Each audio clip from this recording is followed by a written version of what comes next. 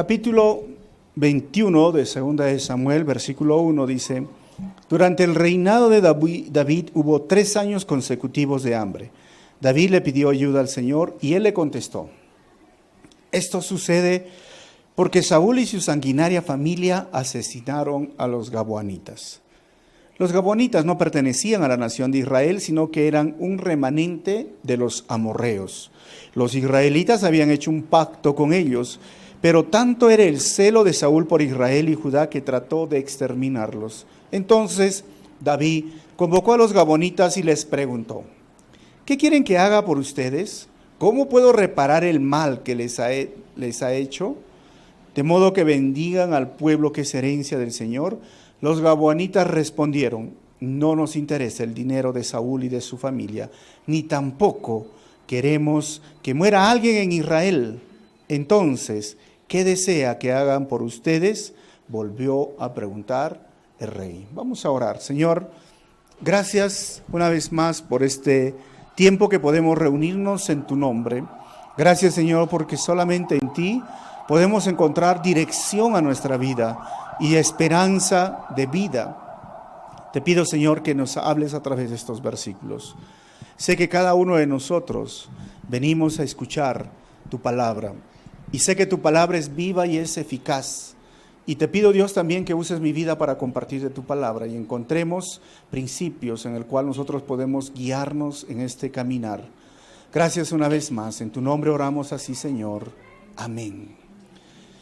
Estamos en este momento desarrollando lo que se llama la etapa de la monarquía unida. Antes de la monarquía unida existía lo que se llamaba la época de los jueces. Y si regresamos un poquito atrás, estaba la etapa de la conquista con Josué, y un poquito más atrás ya sería las 10 plagas con Moisés y en el desierto.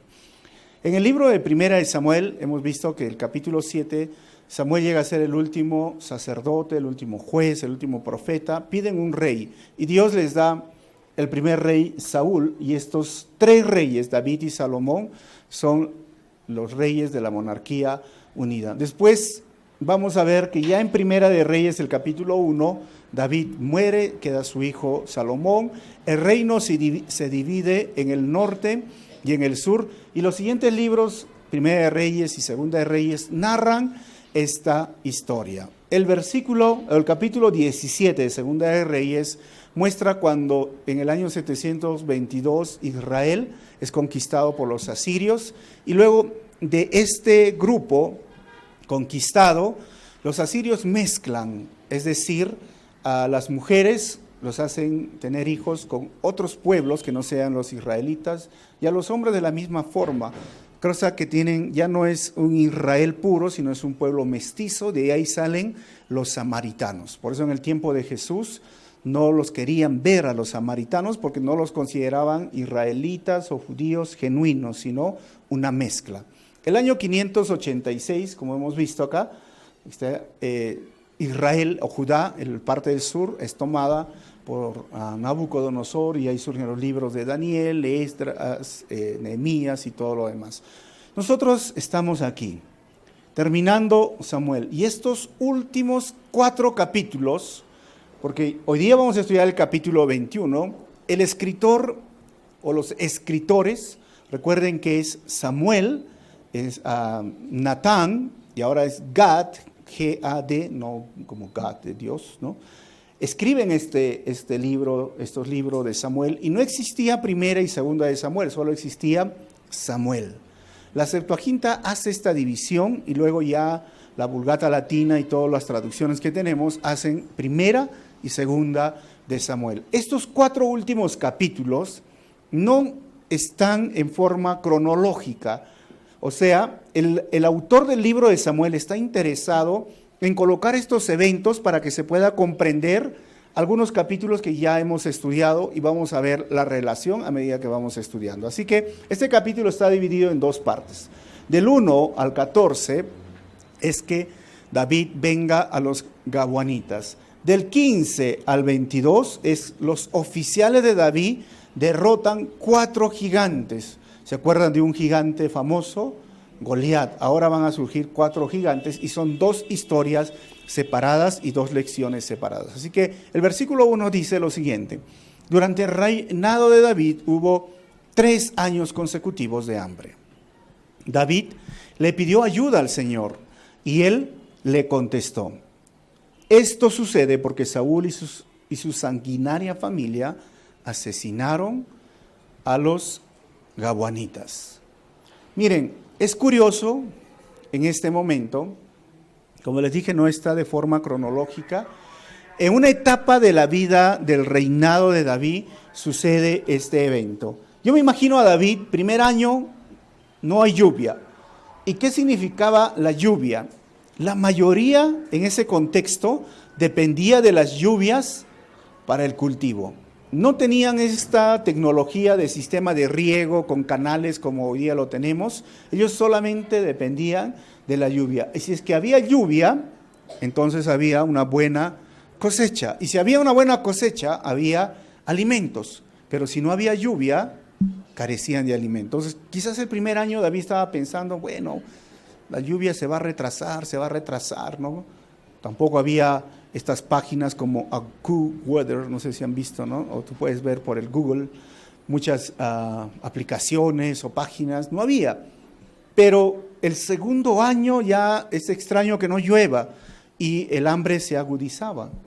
Y el tercer año David entiende, algo está sucediendo.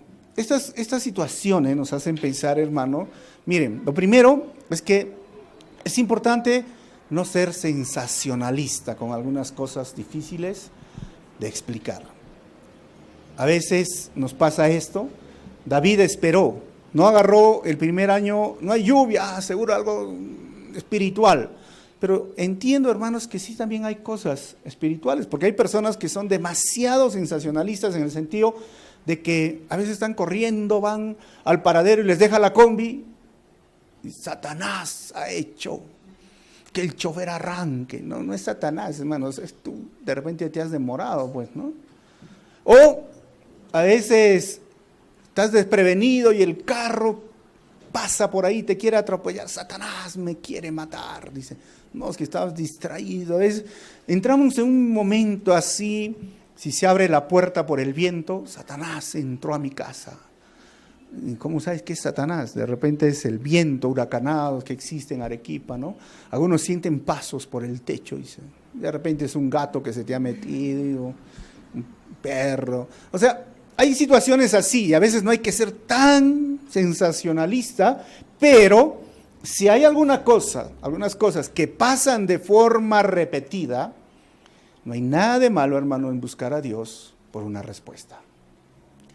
Pueden ser eventos en tu vida, pueden ser eventos repetidos, intentas, y tú dices, Señor, pero entonces, ¿qué está pasando? Y pueden ser en casas o pueden ser en situaciones así, porque yo digo, bueno, no está de malo orar, buscar al Señor, preguntar por una respuesta. En este momento pasaron 3 años y David fue sensible, dijo, y esto ya no es normal. El primer año puede ser, no hay agua, no hay lluvia. Segundo, ya tengo dudas. El tercero, no, mejor voy a preguntar a Dios. Y no hay nada de malo, hermanos, en preguntar al Señor. O sea, hay muchas cosas que pasan y parece que no funciona. Versículo 2. Los gabaonitas no pertenecían a la nación de Israel, sino que eran un remanente de los amorreos. Los israelitas habían hecho un pacto con ellos, pero tanto era el celo de Saúl por Israel y Judá que trató de exterminarlos, y entonces David convocó a los gabaonitas. Ahora, ¿quiénes son los gabaonitas? Descendientes de los amorreos. Miren, Saúl era un hombre desobediente a Dios, un rey que se llenó de orgullo, y quizás él intentó hacer algo bueno, pero al final no resultó bueno, porque había un pacto, había una promesa. Vamos a ver que en toda esta historia, Dios quiere que nosotros cumplamos nuestras promesas. Jesús mismo dijo que nuestro sí sea sí y que nuestro no sea no. Pero también Dios espera que las naciones cumplan sus promesas.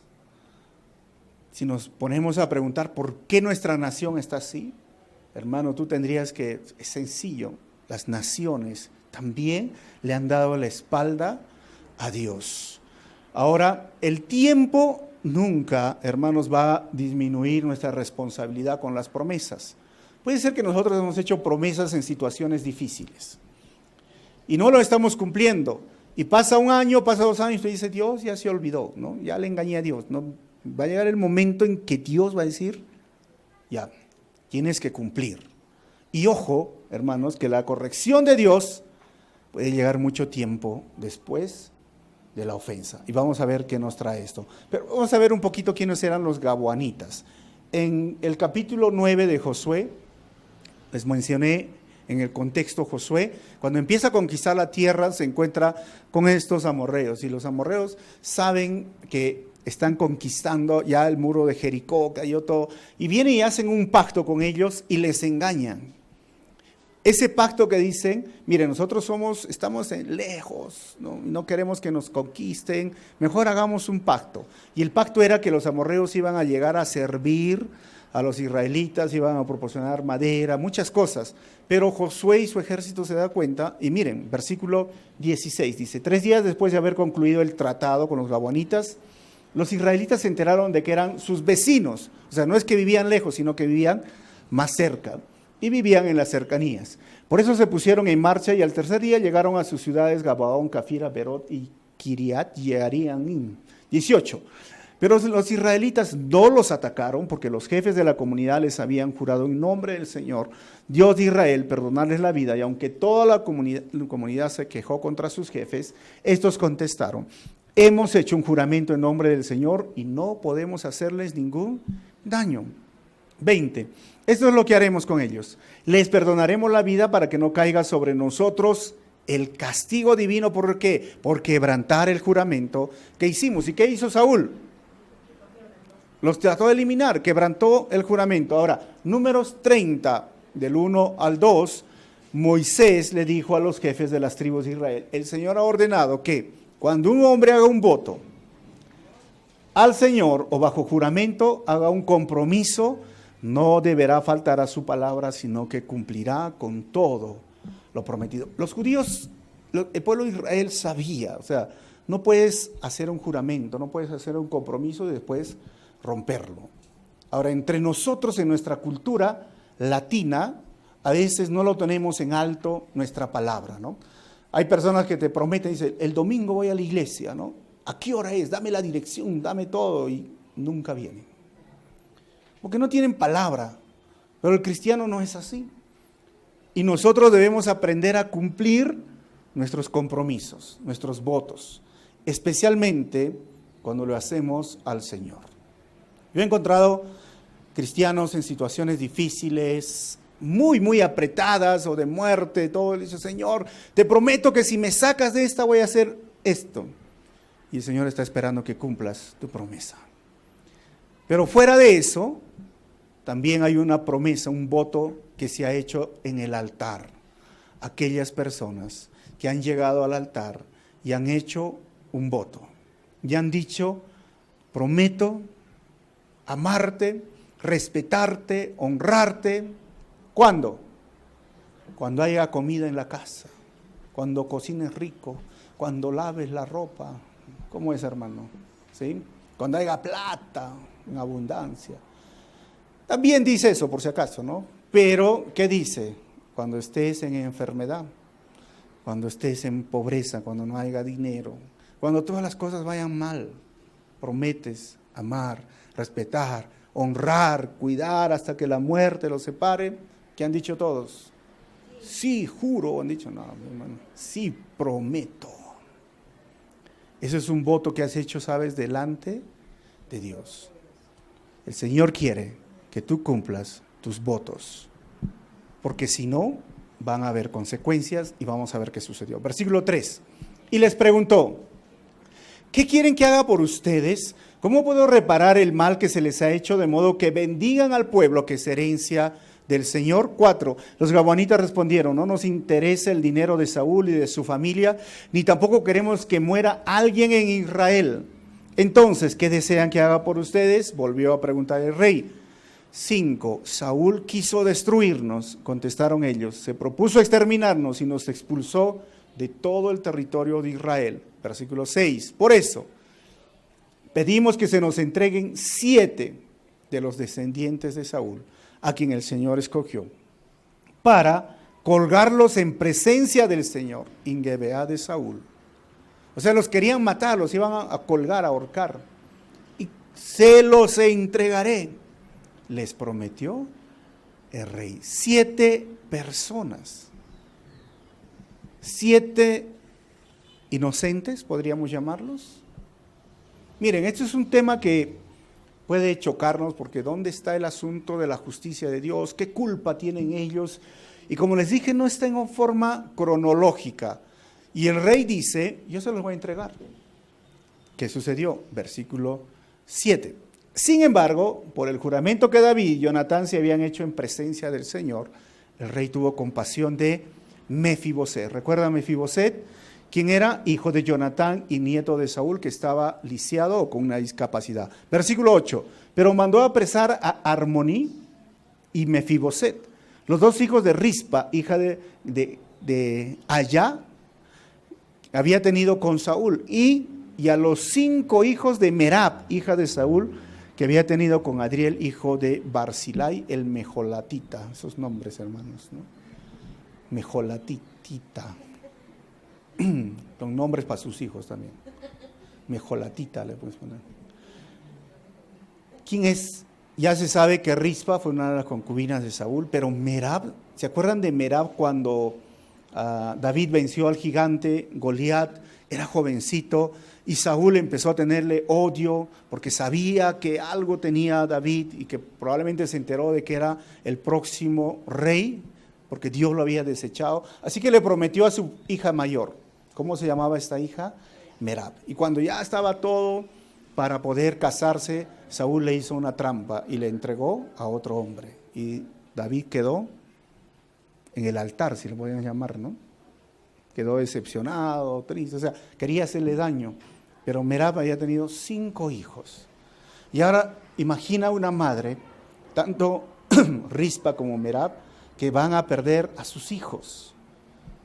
Pero en el otro lado no hay comida en Israel. Son 3 años, está muriendo toda una nación. ¿Qué hacemos? ¿Que mueran 7 mejor o toda la nación? Es un asunto de justicia. ¿Es justo? ¿No es justo? Bueno, si preguntas si Dios es justo o es injusto, vamos a leer lo que dice Génesis capítulo 18, versículo 25. Dice: seguro que tú no harías semejante cosa, destruir al justo junto con el malvado, pues estarías tratando al justo y al malvado exactamente de la misma manera. Sin duda, tú no harías eso. ¿Acaso el juez de toda la tierra no haría lo que es correcto? En el texto no se menciona que esto le desagradó a Dios. No dice que estaba mal. O sea, si los hijos de Merab y de Rispa iban a ir, de repente podemos decir que sí fue justo. La familia de Saúl era una familia, como dice, sanguinaria. Quizás se beneficiaron de los terrenos, de la ciudad, de los tesoros, por querer destruir a toda esa ciudad. No lo sabemos, pero puede ser una. Y 2, puede ser que, o es cierto, diríamos que en la Biblia siempre la familia lo ha tratado como una unidad. No es algo separado. Lo que hacía tu familia le pasaba a toda tu familia en el Antiguo Testamento. Inclusive se llevaba el pecado del padre. En el Antiguo Testamento ustedes pueden ver, por lo que hizo el padre, el hijo llevaba el pecado del padre. En Éxodo incluso dice esto, ¿no? Hasta la 3ª y 4ª generación voy a castigar a aquellos que hacen el mal. Y entonces Saúl, el padre, hizo el mal. Dios no dijo que era injusto lo que hizo David. Por eso el texto dice, Dios no hace nada que no sea justo. Ahora, bajo nuestra perspectiva de justicia, como les dije, si hablamos de justicia con los hijos, ustedes los que tienen hijos, ¿no? Si le dices a un hijo, tú vas a lavar los platos y tú vas a barrer, ¿qué te van a decir? No es justo, porque esto lo hago rápido y en cambio el otro me demora. mira, tú vamos a partir la torta y les va a caer un pedazo, el del otro está más grande, no es justo. Bueno, bajo esa perspectiva, hermanos, bueno, tú podrías decir no es justo, pero bajo la perspectiva divina, miren, lo justo y lo injusto. ¿Qué sería lo justo para el ser humano?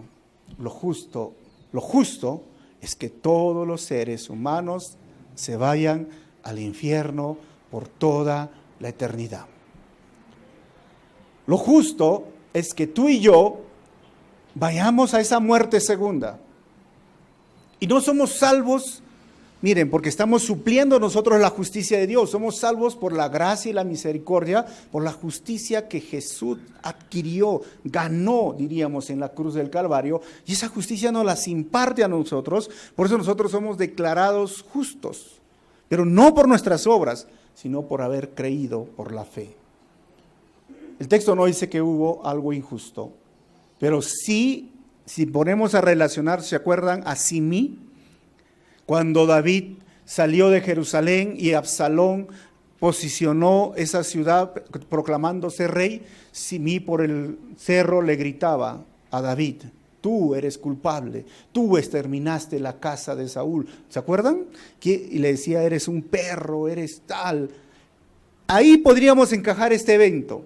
Quizás antes de que suceda esto, David entregó a los hijos que quedaban, a los descendientes de Saúl, y Simí con toda razón podría decir: tú los entregaste, tú hiciste esto, tú. Pero ¿qué sucedió? Miren, versículo 9, David se los entregó a las gabaonitas y ellos los colgaron, hermanos, en un monte, en presencia del Señor. Los 7 murieron juntos, ajusticiados en los primeros días de la siega, cuando se comenzaba a recoger la cebada.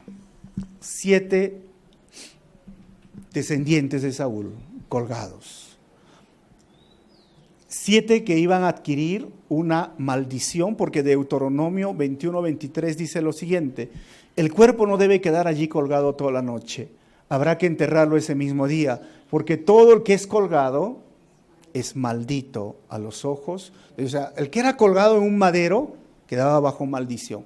Y como Saúl los había traído maldición a los gabaonitas, la única forma de recuperar y estar en paz era que la familia de Saúl sufra una maldición similar o peor y que sea colgado en un madero. Dice el texto: de esa manera evitarás que se contamine la tierra, Señor tu Dios, te da como preciada posesión. O sea, Dios mismo dijo que no deberían de colgar a personas en un madero. Pero los gabaonitas lo hicieron sabiendo esto. David lo permitió. Simei, que quedaba, o Simei, quizá por esto le gritó a David. Pero es curioso que este hecho que vemos así de estar colgado en un madero, Pablo lo menciona en Gálatas 3, versículo 13. Dice Pablo: pero Cristo nos ha rescatado de la maldición dictada en la ley. Cuando fue colgado en la cruz, cargó sobre sí la maldición de nuestras fechorías, de nuestro pecado, pues está escrito: maldito todo el que es colgado en un madero. ¿Saben quién es el que acarrea o el que tiene una maldición hoy? Toda la raza humana. Porque la Biblia dice que el estado espiritual en que nosotros nos encontramos, estamos bajo maldición. La tierra aún está gimiendo porque está bajo maldición. Estamos condenados. ¿Sabes cuál es el estado del que está a tu lado? Espiritual. Es condenado. Pero si ha conocido a Jesucristo como su Señor y Salvador, es salvo, es rescatado. Cuando Jesús estuvo en este lugar, contado entre delincuentes, muriendo de la forma más cruel, sufriendo una maldición que no debería sufrirlo porque Él es inocente, era inocente. Los que sufrían deberían tener esa maldición somos nosotros. Lo colgaron como un vulgar ladrón en un madero, sabiendo exactamente lo que la ley decía, que era maldito el que es colgado en un madero. ¿Para qué? para que la maldición, la condenación, el pecado que nosotros estábamos y estamos haciendo, Jesús lo pague. Jesús pueda suplir la ira o satisfacer la ira o pagar la justicia de Dios, y ahí recién podríamos hablar de salvación. Si tú quieres pagar la justicia de Dios porque estás condenado, has sido declarado culpable, porque tus hechos demuestran esto. Dice el libro de Romanos: de tu boca solo salen groserías y de tu mente solo piensas el mal, solo piensas hacer y cometer pecado. Y tus actos son ¿qué? Borracheras, mentira, engaños, hurtos, hipocresía, chisme. Todo eso son tus actos. Si tú lo estás haciendo, son evidencias de que estás bajo condenación. No hay ninguno justo, no hay ninguno bueno, no hay nadie que haga lo bueno. Todos somos pecadores delante del Señor. Entonces, dice que solo por la fe, que tú pongas tu fe en Jesucristo como tu Señor y Salvador, solo por ese acto de arrepentimiento en el cual tú le digas: Jesús, ya no quiero vivir así. Solo por esto vamos a ser salvos. Pero todo, hermanos, esta muerte de Jesús fue cruel. No existía palabra para el sufrimiento, de no solo torturarlo toda la noche y la mañana del día siguiente, de golpearlo con palos, de maltratarlo con esos látigos que rasgaban su cuerpo, y cuando lo crucificaron, le pusieron clavos, le dislocaron los huesos, hermanos. Y no sé si tú alguna vez te has dislocado un hueso, pero el dolor en la cruz era una tortura. Y él no solamente sufrió ese dolor físico, fue el dolor en el momento donde decía: Padre, Padre, ¿por qué me has desamparado? Ese fue el dolor en el momento en que tu pecado, tu borrachera, tus robos, tu mentira, tus engaños, tu hipocresía venía, porque eso es pecado delante de Dios. Y Él lo asumía. Tú estabas en ese momento poniendo tus pecados, y Él estaba sufriendo y cargando. Y cuando iba a morir, Él dijo: todo ya está consumado, estoy pagando el precio.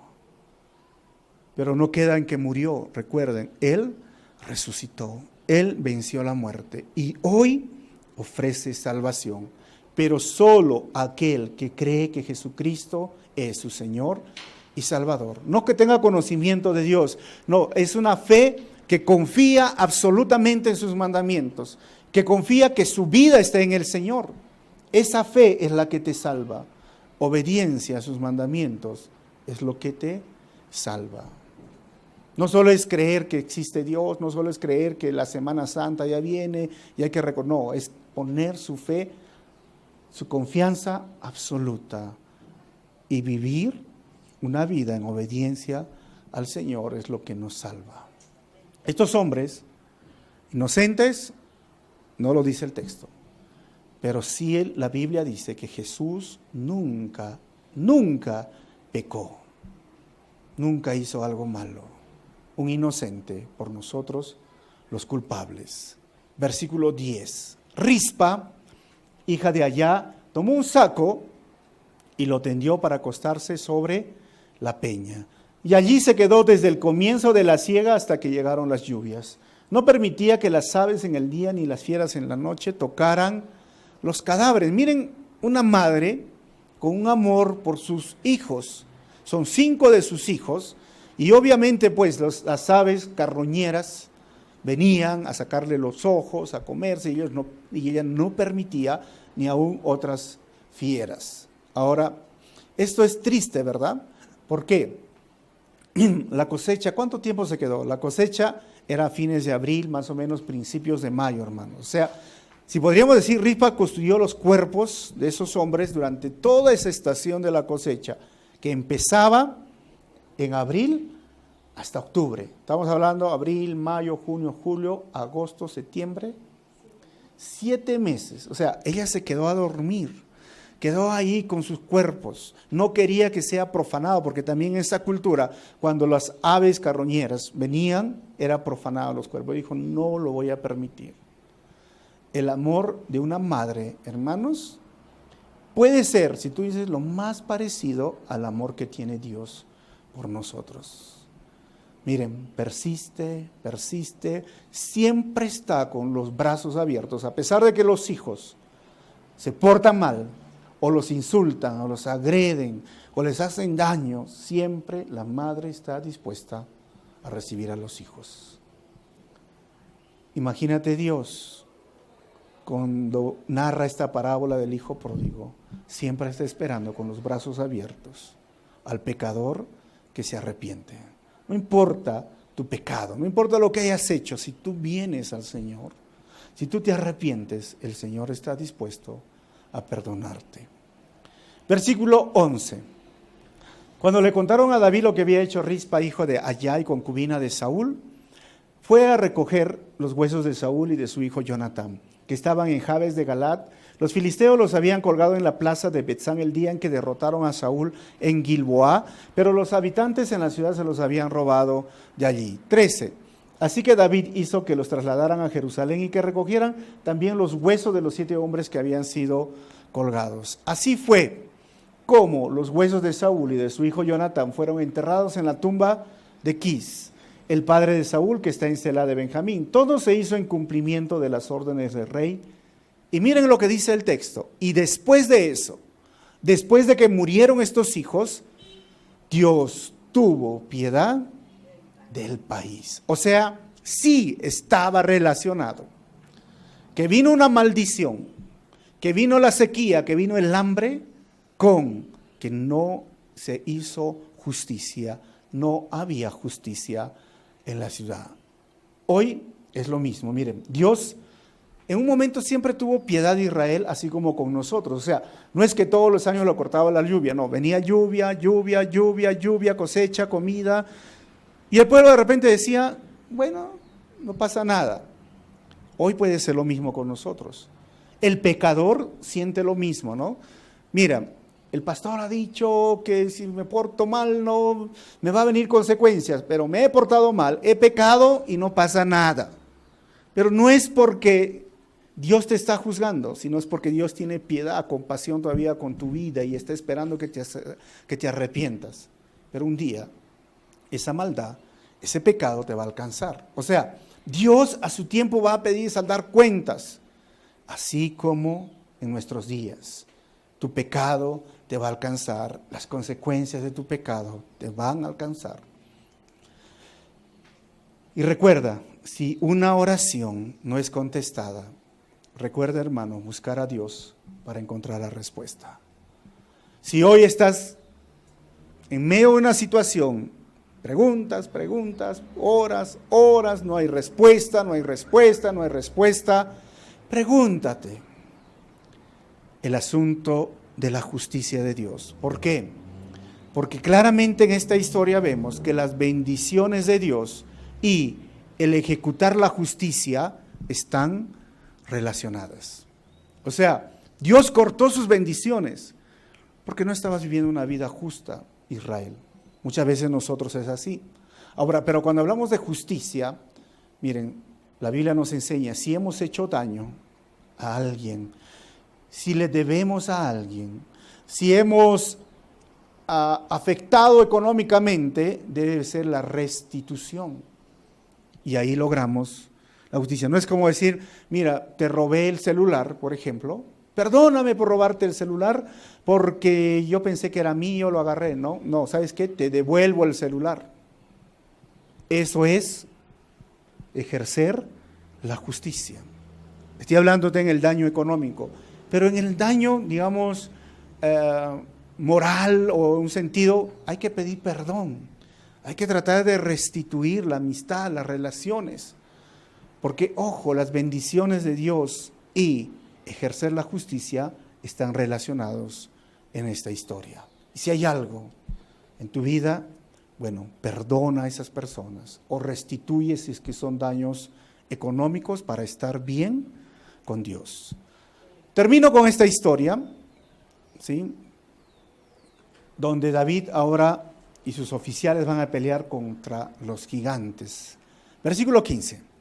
Los filisteos reanudaron la guerra contra Israel y David salió con sus oficiales para hacerles frente. Pero ¿qué dice el texto? David se quedó agotado. Como les dije, no hay una cronología en estos eventos. Pareciera que esto sucedió ya después, o sea, uno fue antes de Simei, ahora esto sucede en los últimos días de David. Dice el versículo 16. Así que intentó matarlo un gigante llamado Isbi. ¿Qué dice, hermanos? Isbi-Benob, que iba armado con una espada nueva y una lanza de bronce que pesaba más de 3 kilos. O sea, no solamente había un gigante, habían varios gigantes. Y cuando la Biblia habla la palabra gigante, usa la palabra Rafá en el original, que vendría a ser, se los conocía como los Refaín. ¿Y quiénes eran los Refaín? Ellos habitaban, hermanos, en esa tierra de Canaán. Y eran altos, mire, por su enorme estatura se podía ver pues lejos, ¿no?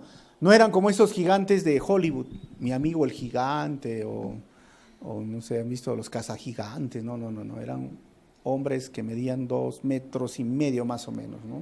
Más o menos. Bueno, versículo 17. Sin embargo, Abisai, hijo de Sarbia, fue en su ayuda y hirió al filisteo y lo mató. Allí los soldados de David le hicieron este juramento: nunca más saldrá su majestad con nosotros a la batalla, no sea que alguien lo mate y se apague la lámpara de Israel. ¿Por qué David se agotó?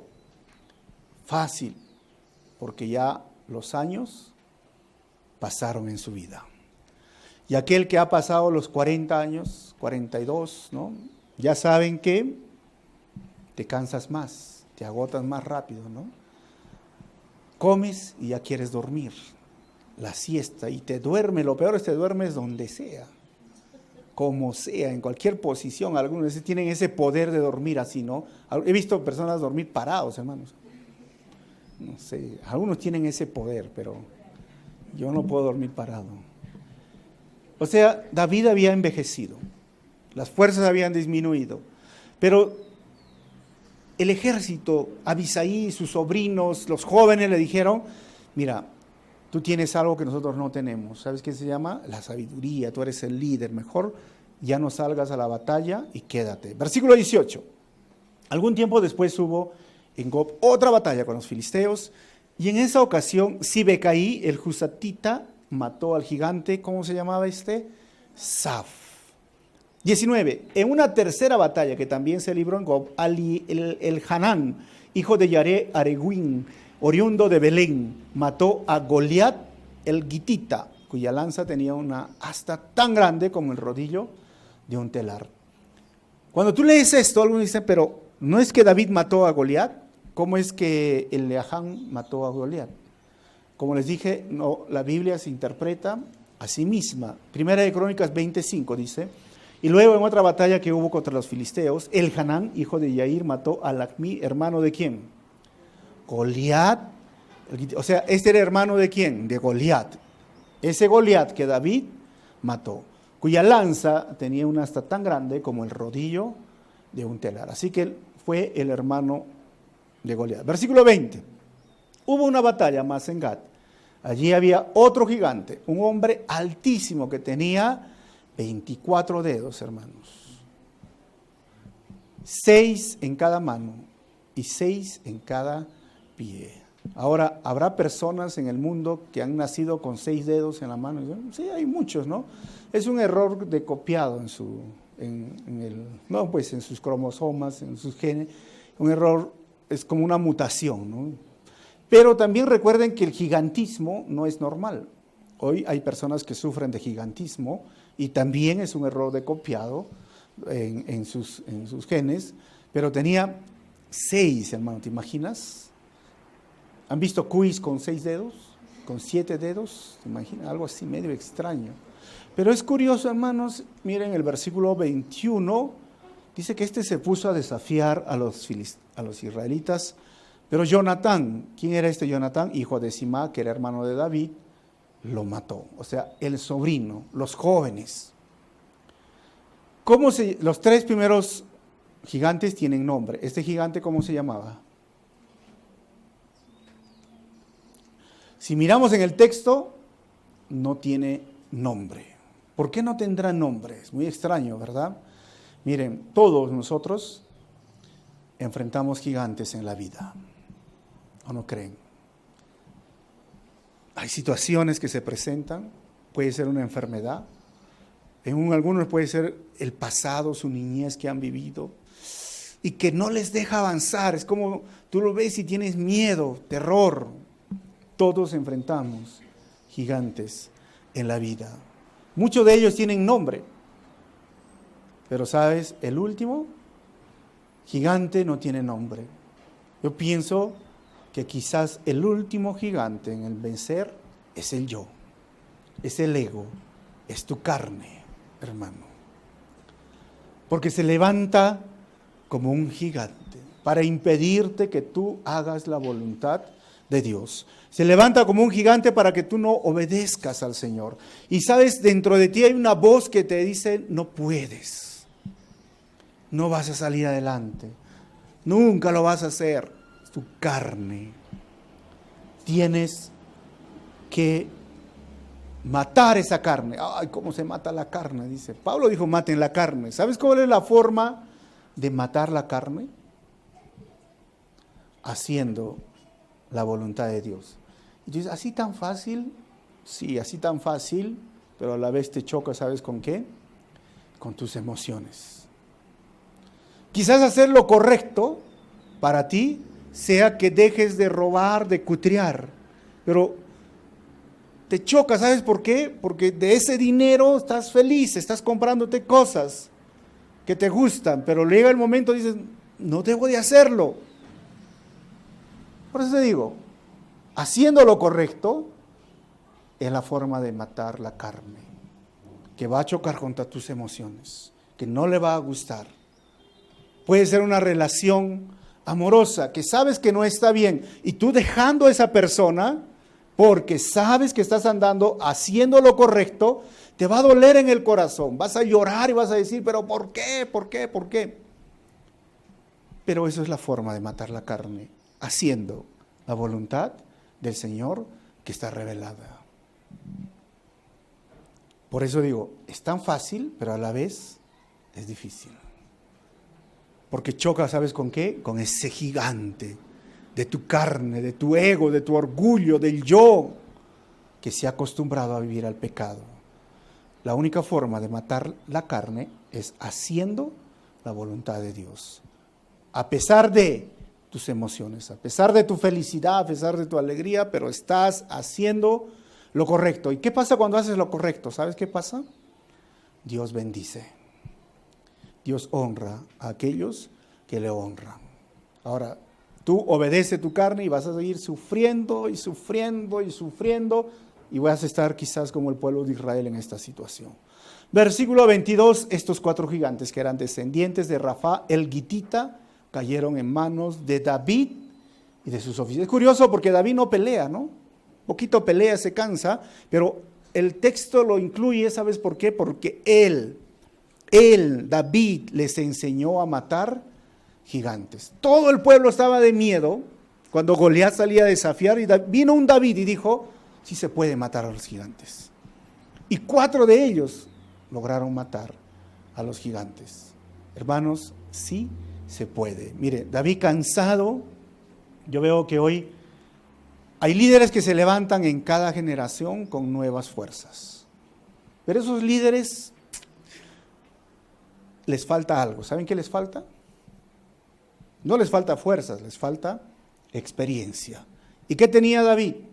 Experiencia. ¿Y qué le faltaba? Fuerzas. Ya se había cansado. O sea, ambas generaciones hoy día, hermanos, se necesitan. Y yo considero que ya soy una generación que estoy pasando, hermanos. ¿Eh? Los pulpines, como le dicen, ¿no? Los jóvenes.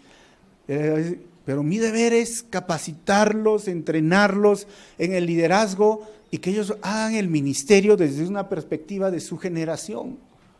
Porque mi generación ya está pasando. Mi generación hasta puede ser rígida, ¿no? Si ponemos unas lucecitas, ¿por qué ponen luces? Que tiene que haber las luces. Bueno, los jóvenes quieren luces, hermano, ¿no?